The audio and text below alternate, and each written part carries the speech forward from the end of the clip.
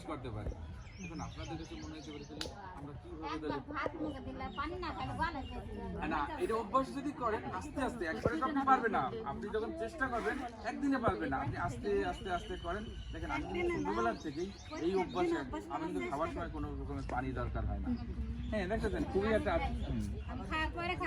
খাবার আধা ঘন্টা পরে যদি খাইতে পারেন এটা খুবই ভালো।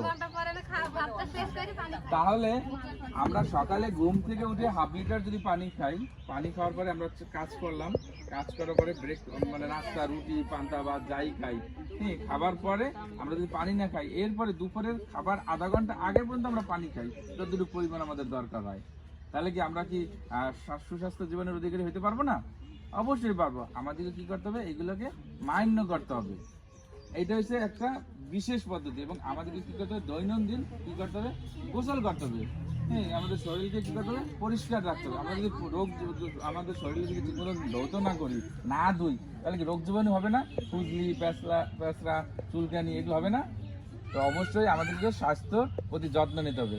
তো আমি আপনাদেরকে অনেক ধন্যবাদ দেই যে আপনারা মনোযোগ সহকারে আমার কথাগুলো শুনেছেন। তো আপনাদের কাজ দেখে আমার খুব ভালো লাগছে। আপনারা যদি সুস্বাস্থ্য জীবনের অধিকারী হতে পারেন, আপনারা এই যে সমস্ত কাজ দেখাচ্ছেন ম্যাডাম, শ্রদ্ধেয় ম্যাডাম, এই কাজগুলো আপনারা সঠিকভাবে করতে পারবেন এবং দেখবেন আপনাদের পরিবারের সকলে ভালো থাকবে। আপনাদের কি হবে না, ডায়াবেটিস হবে না, অন্যান্য যে সমস্ত রোগগুলো রয়েছে হবে না, এগুলো হবে না।